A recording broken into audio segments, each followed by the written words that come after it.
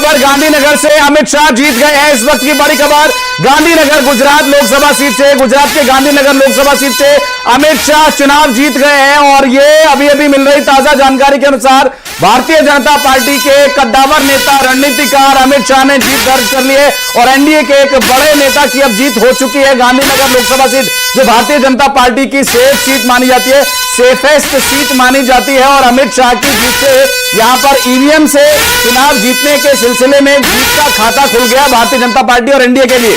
और अमित शाह की जीत के साथ ही गुजरात की 2 सीटों पर बीजेपी ने जीत हासिल कर ली। एक पहले से ही सूरत, जिसके बारे में हम जिक्र भी कर रहे थे, और दूसरी सीट गांधीनगर की, जहां से अमित शाह ने जीत हासिल की है। अमित शाह के सामने जो प्रत्याशी कांग्रेस की थी वो थी सोनल रमन भाई पटेल, लेकिन वो नहीं जीत सकी और अमित शाह ने बम्पर वोटों से जीत हासिल की है। ये बड़ी खबर इस वक्त की, जहां 400 पार का सबसे ज्यादा नारा बुलंद करने वाले अमित शाह पूरे देश में ही नजर आए।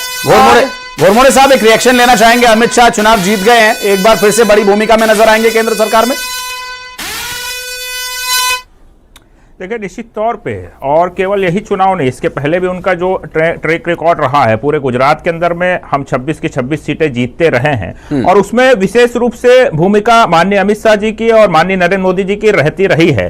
जब से हम केंद्र के अंदर में हैं, चाहे हम पहला चुनाव का जिक्र कर लें 2014 और 2014 के तमाम रणनीति, भारतीय जनता पार्टी के तमाम दिग्गज नेता, उत्तर प्रदेश के तमाम दिग्गज नेता और विशेष रूप से माननीय अमित शाह जी की भूमिका और राष्ट्रीय अध्यक्ष रहते हुए जिस प्रकार से हम सभी कार्यकर्ताओं का उन्होंने मार्गदर्शन किया, मुझको लगता है कि उसी का परिणाम है जो लगातार हम, ये तीसरा चुनाव है और पूरे आत्मविश्वास के साथ हमने ये चुनाव लड़ा है और एक प्रकार से तीसरे बार सरकार बनाने की दिशा में जो ट्रेंड भी दिखा रहा है और इतिहास रचने की दिशा में भारतीय जनता पार्टी आगे बढ़ रही है। तो एक दिशा और दशा को तय करते हुए आगे बढ़ने का एक मोटिवेशन के साथ अमित शाह जी ने हम सभी को बहुत कुछ दिया है और जो परिणाम निकल करके आ रहे हैं, जिस प्रकार से पहला रुझान भारतीय जनता पार्टी के जीत का अमित शाह जी के रूप में आ रहा है, तो मैं समझता हूं कि अब यहां से ये सिलसिला प्रारंभ हो जाएगा और जो ट्रेंड दिख रहा है उससे भी हम आगे बढ़ते हुए निश्चित तौर पर पूर्ण बहुमत के साथ सरकार बनाते हुए जो हमारा लक्ष्य है, कांग्रेस एक बड़ी खबर इस बीच आ रही है। नीतीश कुमार और टीडीपी से, तेलुगु देशम पार्टी से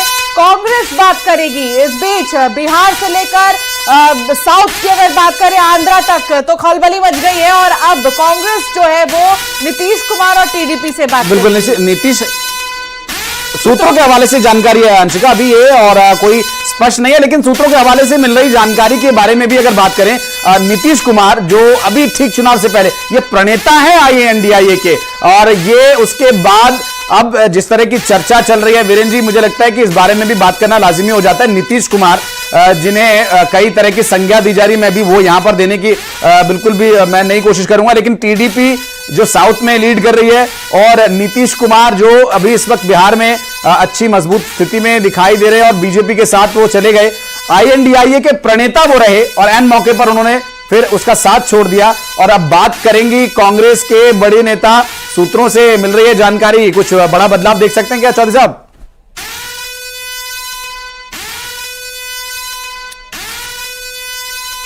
और एक और इस बीच बड़ी खबर आ रही है, अरुणाचल पश्चिम से किरण रिजिजू की जीत हो गई है। देखिए अंशिका, अब जो रुझान है वो परिणामों में बदलने लगे हैं। अपने मेहमानों के पास भी चलेंगे, लेकिन उससे पहले एक बड़ी खबर अरुणाचल प्रदेश से, अरुणाचल पश्चिम लोकसभा सीट की हम बात कर रहे हैं। केंद्रीय मंत्री किरण रिजिजू की जीत हो गई है और केंद्रीय मंत्री जो उत्तर प्रदेश में 6 केंद्रीय मंत्री पीछे चल रहे हैं, तो कुछ केंद्रीय मंत्रियों की जीत के आंकड़े भी सामने आ गए और स्पष्ट हो चुका है परिणाम। हमने पहले देखा अमित शाह गांधीनगर में जीते और अब किरण रिजिजू भारतीय जनता पार्टी के अरुणाचल पश्चिम लोकसभा सीट से चुनाव जीत गए हैं। नबाम तुकी को उन्होंने कांग्रेस पार्टी के कद्दावर नेता जिन्हें हराया। किरण रिजिजू एक बार फिर से चुनाव जीतकर संसद भेज दिया है जनता जनार्दन ने उन्हें, और यहां एक अच्छा खासा अंतर 97,644 वोटों का किरण रिजिजू के पक्ष में गया है और उन्हें 97,000 वोटों से जीत का यह अंतर दिखाई दे रहा है। 97,644 से एक बड़ा अंतर रहेगा अंशिका। बिल्कुल, और देखिए किरण रिजिजू अरुणाचल पश्चिम से जीत हासिल उन्होंने की है, तो इसका इफेक्ट बहुत ज्यादा नॉर्थ ईस्ट एरिया के साइड भी पड़ सकता है। जैसा कि अगर पहले ही हम देख रहे हैं कि उन्होंने जीत हासिल की है, तो और भी जो नतीजे आएंगे तो शायद वो बीजेपी के लिए पॉजिटिव हो सकते हैं। हालांकि अभी देखना होगा कि और भी राज्य इर्द गिर्द अरुणाचल के वहां पर क्या होते हैं नतीजे। लेकिन उससे भी शॉकिंग, जैसा कि हम बोल रहे थे कि बातचीत का जो सिलसिला है वो हर कोई इधर से उधर कर ही रहा है। नीतीश कुमार, क्योंकि सूत्रों के हवाले से जानकारी मिल रही है कि नीतीश कुमार से और टीडीपी से कांग्रेस बात कर सकती है। तो ये क्या बातचीत हो सकती है इनके बीच में, किस तरीके से बातचीत चलेगी? बिल्कुल इंदौर चलेंगे। मिथिलेश हमारे सहयोगी इस वक्त जुड़ गए हमारे साथ। मिथिलेश, आप इस वक्त कहां पर मौजूद हैं और क्या डिटेल्स मिल पा रही है? रुझान अभी एनडीए के पक्ष में जाते दिखाई दे रहे हैं। जी, इस वक्त मैं पूर्व लोकसभा स्पीकर सुमित्रा महाजन जी के घर पे मौजूद हूं। हमारे साथ में हैं ताई से हम बातचीत करेंगे। ताई, न्यूज 18 में ताई रुझान आने लग गए हैं, धीरे धीरे परिणाम सामने आ रहे हैं, क्या कुछ कहेंगे आप?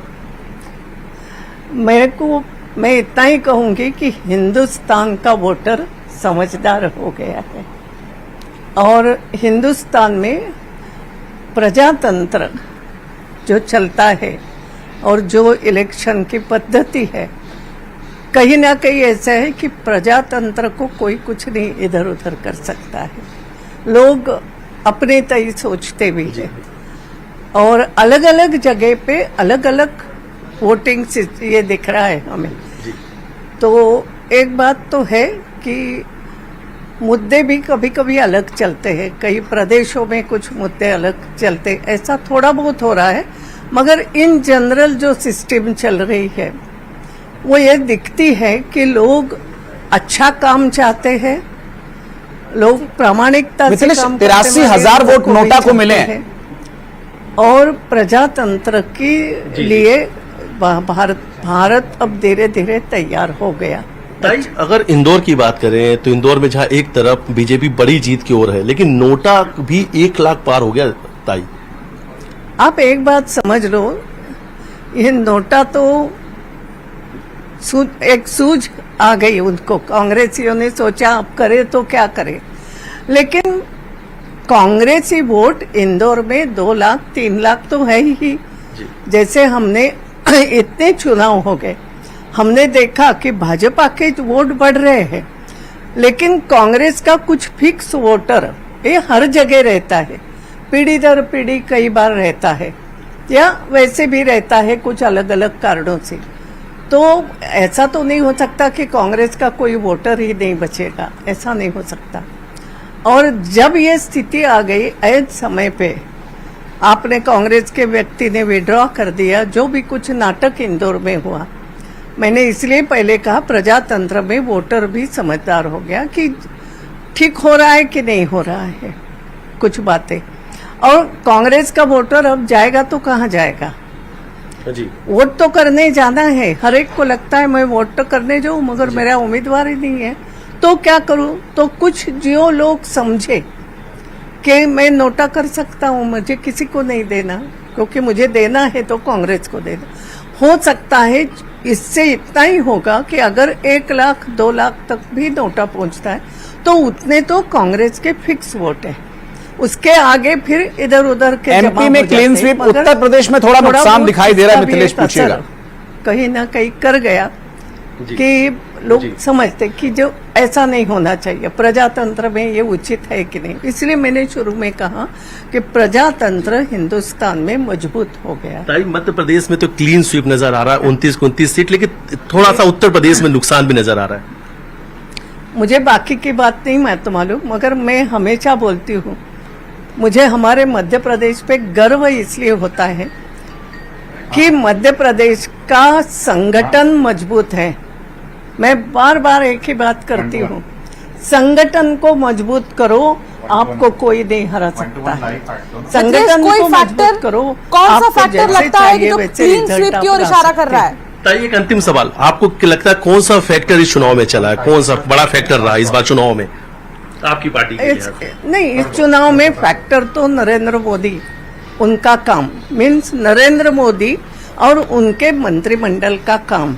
राम मंदिर भी और बड़ी खबर त्रिपुरा से बीजेपी के विप्लव कुमार देव जीत गए हैं। जयपुर से बीजेपी की मंजू शर्मा जीती। अंशिका देखिए, अब ये जो रुझान थे वो अब परिणामों में बदलने लगे हैं। त्रिपुरा ईस्ट की हम बात करें, जयपुर से अगर बात करें तो सभी जगह अब बीजेपी के कैंडिडेट की जीत का जो अंतर है वो क्लियर होने लगा है। जो आंकड़ा था वो लॉक हो चुका है। त्रिपुरा से बीजेपी के विप्लव कुमार देव जीत गए हैं। जयपुर से मंजू शर्मा की जीत की जानकारी मिल रही है। इस वक्त की बड़ी खबर, त्रिपुरा ईस्ट से बीजेपी की कीर्ति देवी जीती हैं। तो बीजेपी के जो बढ़त वाले नेता थे, अब मुझे लग रहा है वो रुझान जो थे अंशिका परिणामों में बदलना शुरू हो गए हैं। बिल्कुल, और हालांकि हम अब भी देख रहे हैं कि रुझानों में चाहे त्रिपुरा हो, चाहे वो गुजरात हो, चाहे कहीं से भी किसी भी तरीके के नतीजे आ रहे हो और बीजेपी के लिए पॉजिटिव क्यों ना हो, लेकिन रुझान जो है वो 300 तक पहुंच जाए तब शायद बीजेपी के नेता सांस में सांस लेंगे, क्योंकि अभी 300 से भी नीचे चल रहे हैं। रुझानों में सीट्स लगभग 291 के करीब करीब चल रही हैं। इसके अलावा कांग्रेस की अगर हम बात करें तो कांग्रेस के लिए भी रुझानों की अगर बात करें तो पॉजिटिव है। ये 231 सीटें कांग्रेस की हो जाती हुई नजर आ रही हैं। तो पहले ये 300 टच कर जाए तो ये माने कि भारतीय जनता पार्टी के लिए ये पॉजिटिव होगा। हालांकि अभी विपक्षियों के लिए तो ये रुझान काफी सही चल रही हैं। मध्य प्रदेश और छत्तीसगढ़ की बात करें तो छत्तीसगढ़ में जो रिएक्शंस भी आ रहे हैं नेताओं के, उनका तो कहना था कि हाँ 9 से 10 सीटें कहीं नहीं गई हैं, बीजेपी इन पर तो जीतती ही जीतती, और ऐसा ही कुछ रुझानों में भी नजर आ रहे हैं। एक सीट जो है वो छत्तीसगढ़ की कांग्रेस के लिए जाती हुई नजर आ रही है। सतीश एलिया साहब हमारे साथ जुड़ गए। सतीश जी, बहुत स्वागत है न्यूज 18 मध्य प्रदेश छत्तीसगढ़ पर। जो रुझान थे वो अब परिणामों में बदलना शुरू हो गए हैं। कई बड़े कैंडिडेट्स की जीत के रिजल्ट क्लियर हो चुके हैं, लेकिन अभी आप कैसे देखते हैं जो रुझान और जो क्लियर हुए परिणाम है, उन्हें क्या पहली प्रतिक्रिया इस पर रहेगी आपकी? देखिए, जो मतदान का प्रतिशत कम हुआ था हर चरण में, उसका असर हम साफ तौर पर देख रहे हैं कि भारतीय जनता पार्टी की जो प्रचंड उम्मीदें थी उसको मतदान के प्रतिशत ने किस तरह प्रभावित किया है, किस तरह से कम किया है। और ये जो कांग्रेस के साथ की जो पार्टियां हैं, जो एक इंडी अलायंस जो बना था वो पूरी तरह से बहुत मुकम्मल नहीं बन पाया था, लेकिन इसके बावजूद उसकी तरफ जो रुझान दिख रहे हैं, कांग्रेस की इंडिविजुअल सीट देखें रुझान में हम, और उससे जुड़े हुए जो दल हैं इंडी अलायंस से, उनके अगर हम रुझान देखें तो एग्जिट पोल से भिन्न दिख रही है स्थिति। और मुझे लगता है ये मतदान का प्रतिशत भी असर है कम प्रतिशत होने का, और जो वोट शिफ्टिंग जो होती है एक दल के दूसरे दल को, पहले कई बार ये प्रयोग फेल रहे हैं, खासकर उत्तर प्रदेश में बसपा का और कांग्रेस का वोट एक दूसरे को शिफ्ट नहीं हुआ था जब उन्होंने गठबंधन किया था, या सपा और बसपा का नहीं हुआ था। हाँ। लेकिन इस बार लगता है कि वो कांग्रेस और सपा का जो गठबंधन है या आम आदमी पार्टी का दिल्ली में या और कहीं, वो शिफ्टिंग इस बार मतदाता ने उसको बहुत, उनके गठबंधन को, उनके जो लाइक माइंडेड जो मतदाता हैं उन्होंने उसको पॉजिटिवली लिया है। ठीक है। और मैं इसको इस तरह से भी देखता हूं कि ये लोकतंत्र के लिए बहुत अच्छा है। एक मजबूत विपक्ष जरूर चाहिए देश को। हाँ।